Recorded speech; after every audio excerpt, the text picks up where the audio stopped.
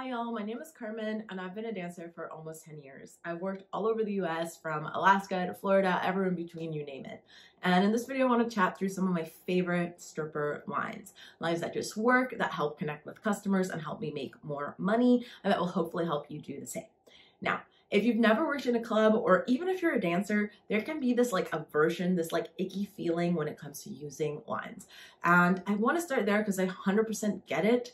The idea of showing up to a club and having your little notebook and being prepared, it feels very Steve Urkel. It's feeling very constrained, and it can feel like used car salesman. So the starting place here is why have lines in the first place. For me, and I can only speak for me, I like having a set of things that I can use in interactions in places where I know I might get a little bit nervous or where my customers might get a little bit nervous. And this isn't something that's going to be like a whole bunch of lies. It's not going to be a whole bunch of fabrications. It's not going to be, Pepe Le Pew, giving a spiel about how much I love you and adore you.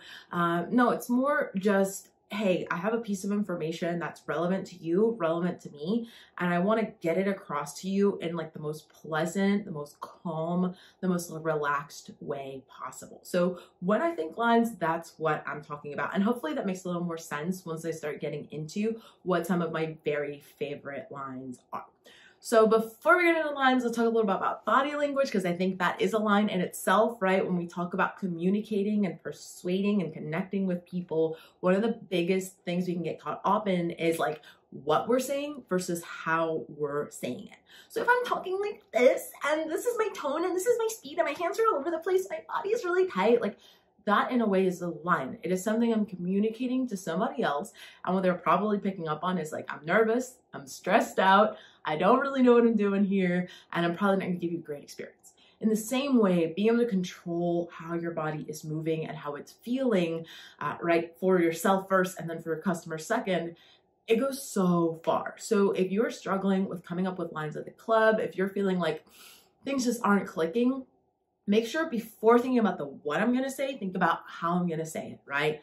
Steady eye contact, calm tone, right? I'm inflecting downward. Instead of ending every sentence with a question, I'm ending my sentences calmly, collected, smiling, relaxed, because I'm gonna make this money. I'm gonna make the sale. It's gonna work out for me, right? That's a tone we want to convey for any of these lines. Okay, so that's enough about the why and the how. Now let's talk about the what.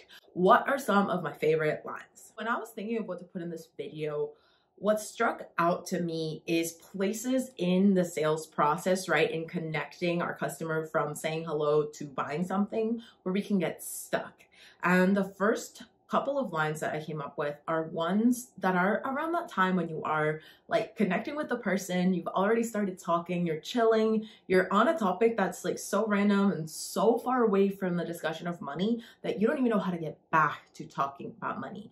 And then especially the first 3-4 years as dancers, and this is a habit you can have freaking decades into it, right?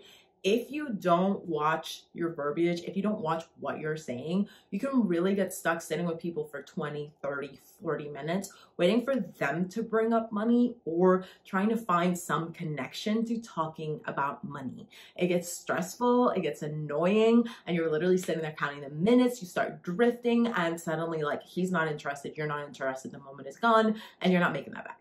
Right, so here's a couple of lines that work really well for that. The first one, I love using this one, is how can I be helpful, right? I love it because it doesn't matter what we are talking about, especially if we're really connecting. It doesn't matter what we're talking about.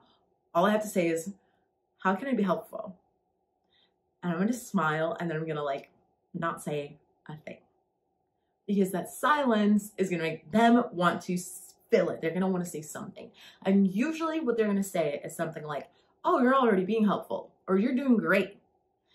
Once they say that, my pitch, the way I convert that into a sale is, well, how can you be helpful back? Or, well, if I'm being helpful, it's your turn to be helpful. Let's go do the room, or let's go do this amount of dances, or whatever my pitch is, right? So instead of waiting for this perfect magical moment to close the sale, now anytime there's just a little bit of silence, I can swoop in with that how can I be helpful? Second one that's in that same vein that works really well for when the conversation is getting stuck, or when you're like, I feel it, it's time to make the sale, but I don't really know how to introduce him to the idea of the rooms or the dances or whatever, is, are you ready? Right? And when I do this line, this is a lot of nonverbals too, right? Because if we're sitting and we're just chatting, right, I'm going to sort of turn towards you and I'm going to lean in and I'm going to make this really close eye contact. And then I'm going to say, all right, are you ready? Or can we go now?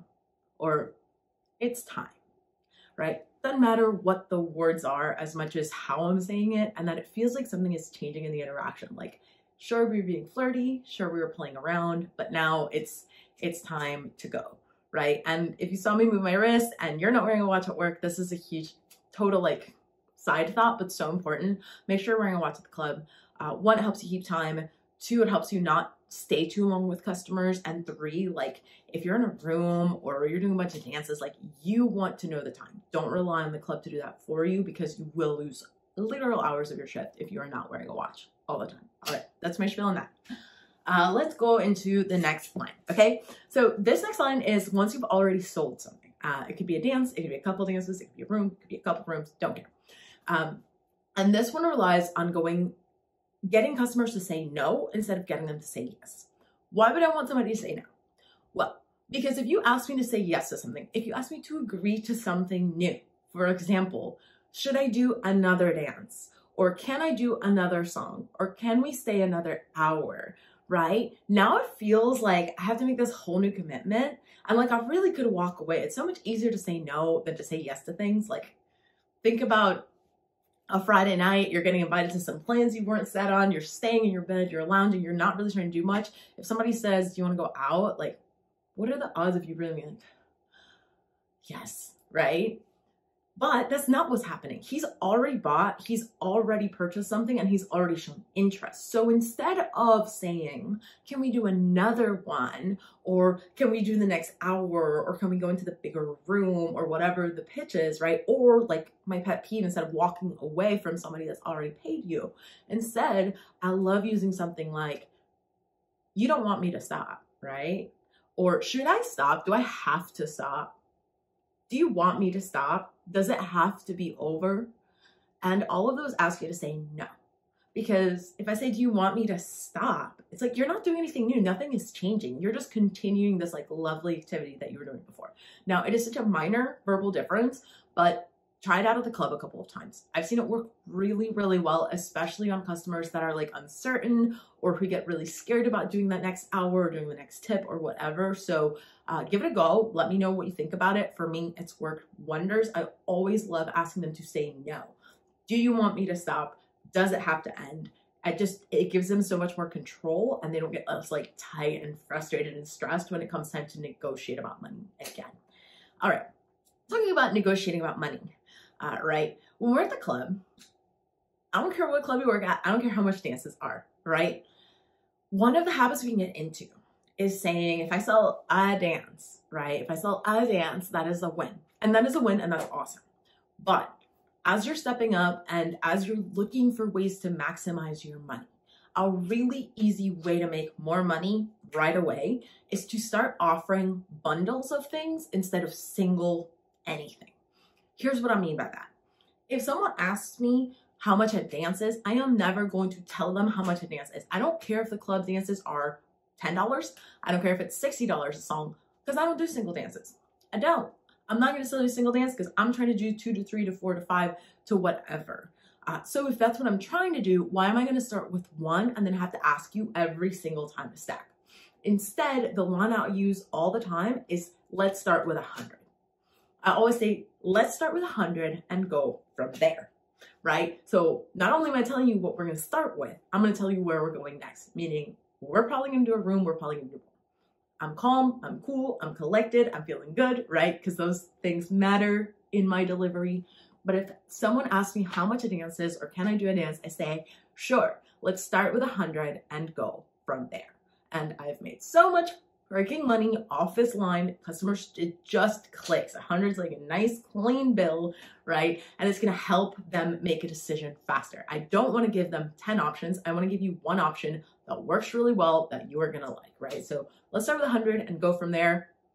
Now, a couple things you're gonna run into if you use that line. Some customers are going to immediately go, whoa, that's a lot. So you have to be ready to handle that. Of course it's a lot. You came here for a lot. You want a lot of fun. It's going to be a lot, right? Or, you know, there's lots of ways to handle this, whether it's just like nodding and being like, yes, honestly, that's how I answer it most of the time. When someone's like, it's a lot, I'm like, or I'll say, yep, that's a tax for having the, you know, the most fun dancer or getting the best dance in the room. Or, you know what? If it's a bad dance, I'll bet you the tip on it. That's going to be the best dance of your night, right? So I'm already setting up the tip. Doesn't matter. Up to you. The point is, start with bundles. Now, if they start asking, oh, well, how many songs does that get me? Or what does that get me? You need to be ready to answer that.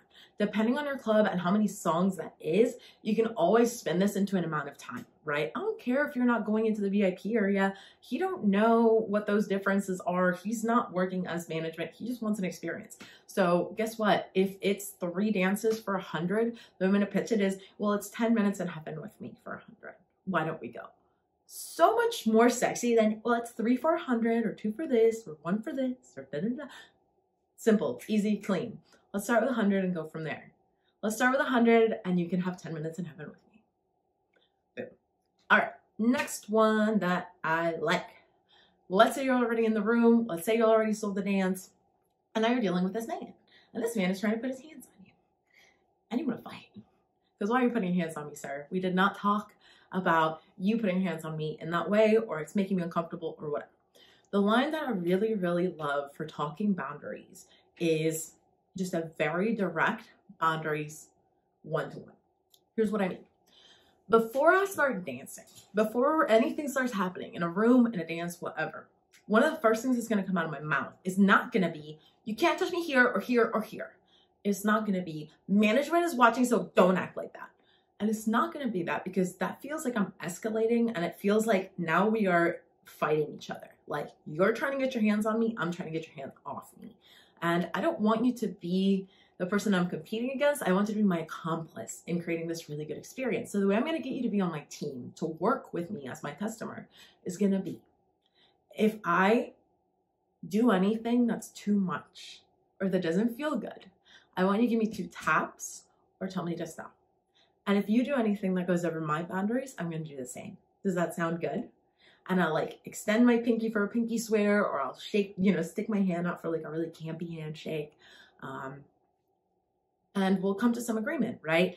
And now they feel like they're in on it. Like, they're part of the experience. Their boundaries matter, just like my boundaries matter. And it's such a small verbal thing. But for customers who are used to going in the club and really like trying to be handsy and trying to be over the top, it goes a long way to tell them, hey, I'm working with you. I want to find the things that I like and that you like. I'm always going to look for a way to find a place where we both connect, find a place where we're both comfortable. And if he's a jerk, he's a jerk, right? We have like a separate whole video on evasive maneuvers and lap dances. Y'all are welcome to check that out if that's something you're dealing with. But just as a starter for these conversations, the best way I've found to start off a room or a dance on a good note is, these are my boundaries. What are your boundaries? Gave the dance, you stacked it, right? So you didn't give a dance, you got 3 or 4 or 2 or whatever many dances for your 100. And now it's time to get a tip. And you're not gonna walk away without a tip, because you always ask for tips, because that's how we stack up our money, right? That's like, if you're not asking for tips, you're leaving 20, 30, 50% of your earnings even in the hands of your customers. Which just, come on, you already did the work. You already did the work, so don't forget to collect your tip. And here's some of the ways that I love asking for tips, okay? The first one that I really enjoy is saying a because statement.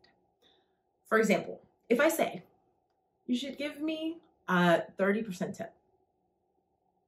That's lovely, that's cute, I look great, I'm confident, right? But if I say, you should give me a 30% tip because you took the waitress 25% and she was here for like 5 minutes. I put this whole booty in your face. I know that deserves at least 30%. That's persuasive. That's like, you're rude if you're not giving me that 30% at least, right? And the because does not even have to be that complicated. Like, that's a more complex sentence. But honestly, if you've been back there for hours and he's lit and he's been having fun, you should give me 50% because you loved my ass, or because you had a great time, or because that's the best dance you've ever gotten. And then smile and wait And if you're feeling froggy and you're like, you know what, I don't know if it's going to be cash or charge, ask, right? Do you want to do cash or do you want to do charge? Easy breezy, right? That just helps make it easy for them to give you a tip by giving a very specific amount, right?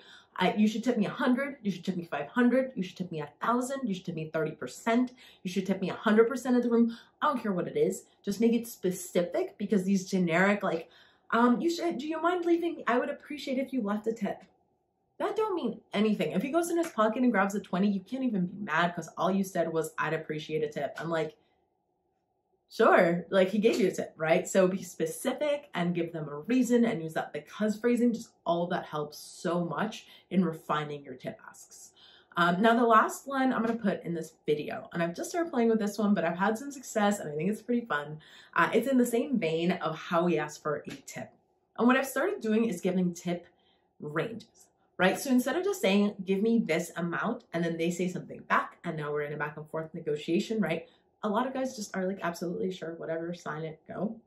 But for the guys who are gonna like go back and forth a little bit, I found what works really well is when they say, especially if you do a bunch of songs, let's say that I did $200 worth of songs. And they say, how much do I owe you? They know how much they owe me. Believe me, he's been probably counting the songs. Most of them are, right? And if I said some crazy amount, right? If I said you owe me for 300 when it's 200, they would have a problem, and they should, because I'm lying about how much I made. But if I say something like, well, if you had a good time, give me 200. But if you had the best dance you've had tonight, give me at least 300.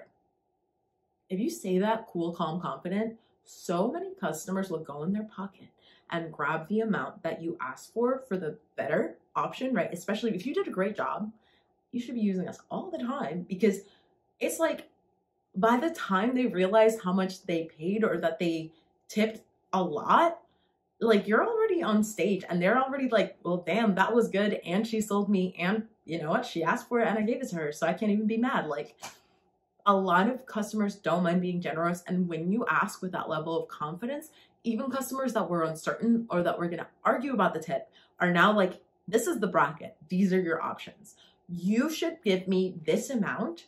If I did so, if I blew your mind, you should give me this amount, right? Specific, targeted, right? And they give you a reason to tip, right? If it was great, I deserve a tip.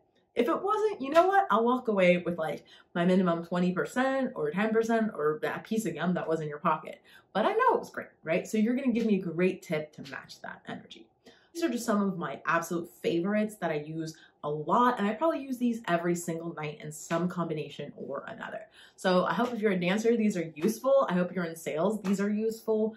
I hope if you are tailoring your ask or looking for some communication skills, these are useful. And if you are a dancer and you're looking for more content like this, check out 101 Lines.